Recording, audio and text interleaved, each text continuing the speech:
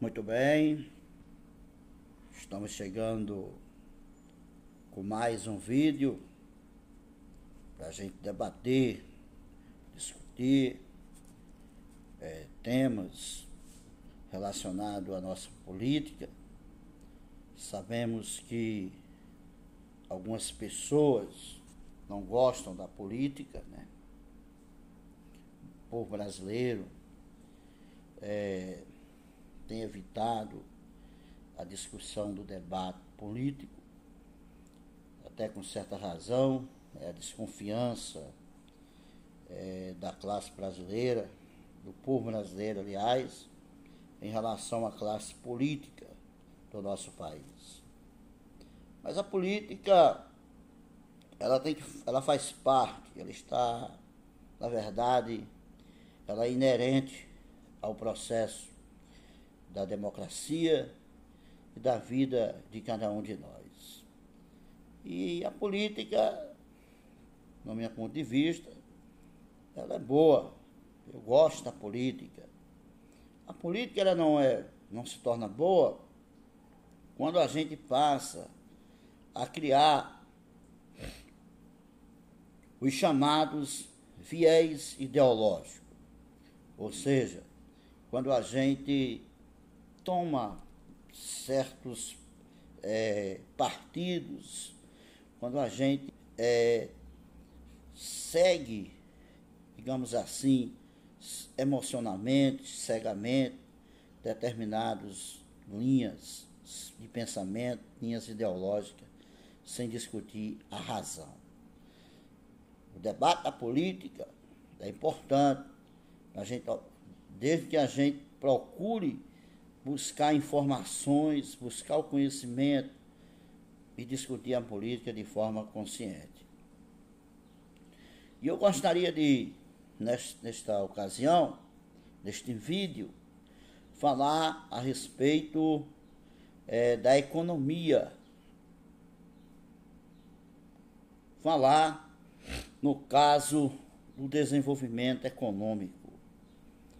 Que políticas eu defendo para o fortalecimento da economia do nosso país, de uma nação, de um município, de um estado, ou seja, de um povo. A política econômica, eu queria inclusive fazer um breve comentário a respeito da ideologia da política econômica do atual governo, que na minha opinião eu não concordo completamente, praticamente em nada com a política econômica do atual presidente, do atual governo. Por quê? A política econômica neoliberal, que defende as privatizações, política neoliberal que procura fortalecer política que fortalece os grandes empresários. E por que eu sou contra? Porque eu sou contra empresário? Não. Porque os empresários grandes, eles são a minoria. Políticas que venham favorecer os grandes empresários significa dizer favorecer as minorias. E principalmente agora, com a entrave ainda maior, a questão de facilitar, de dar carta branca aos empresários para explorar as riquezas do Brasil sem leis. Nem o Ministério do Trabalho, até o Ministério do Trabalho foi extinto desse governo para dar carta branca.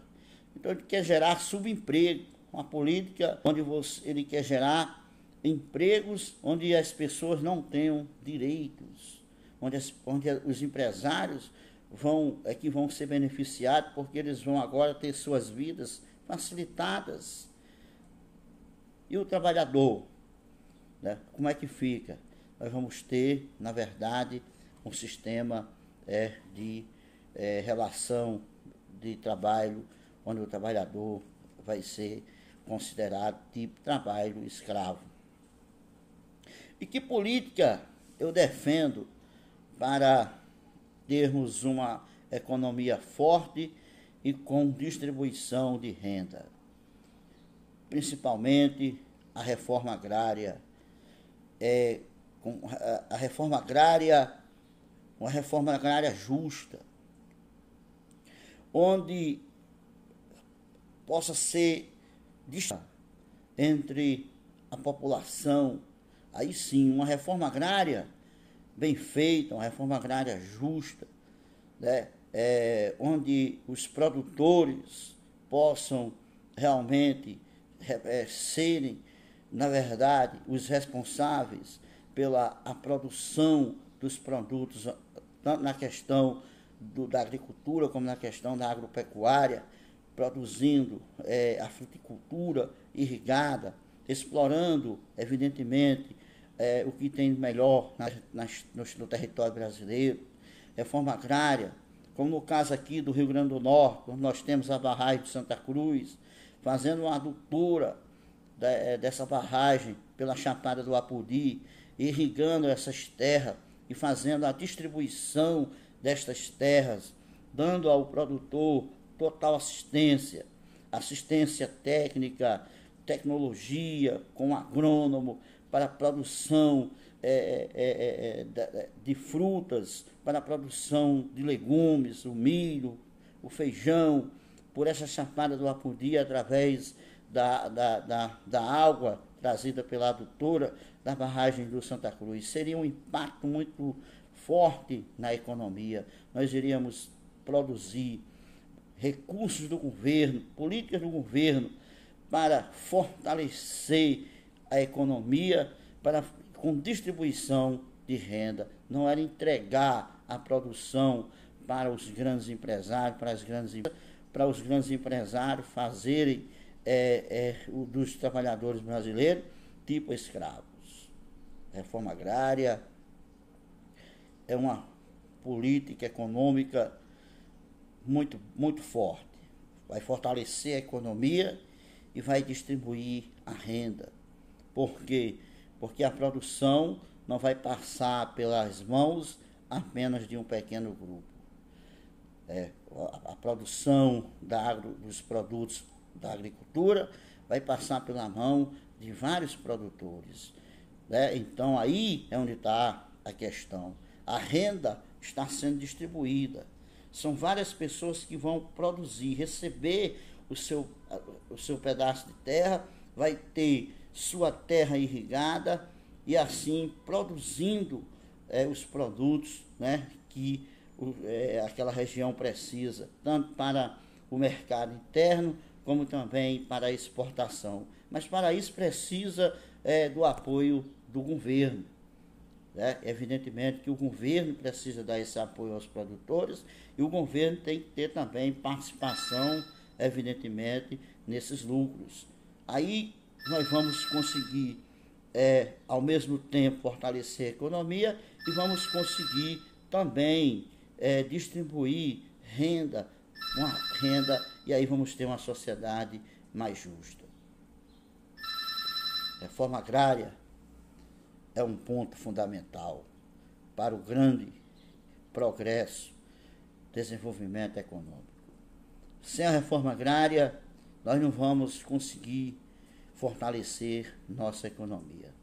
No vídeo anterior, eu falava a respeito da educação, onde tínhamos que valorizar, ter políticas públicas para valorizar a educação, para valorizar o professor, para valorizar o aluno que quisesse estudar, inserindo ele no mercado de trabalho. E com a reforma agrária, já poderíamos, inclusive, direcionar pessoas para a formação de técnicos agrícolas. Aqui já iria abrir muito emprego para pessoas que nós íamos precisar de muitos técnicos agrícolas. Cada um módulo rural que fosse distribuído para cada um produtor, cada um módulo rural daquele ia precisar de profissionais qualificados na área da agricultura, que era o caso dos técnicos agrícolas. Então aí a gente já poderia, através desse programa de valorização daqueles alunos que tivessem um bom desempenho na sala de aula, esses alunos pudessem já ser inseridos nesse mercado, nesses módulos rurais, dando assim oportunidade de emprego para estas pessoas, abrindo cursos profissionalizantes na área técnico-agrícola e, consequentemente, também na formação de engenheiros agrônomos.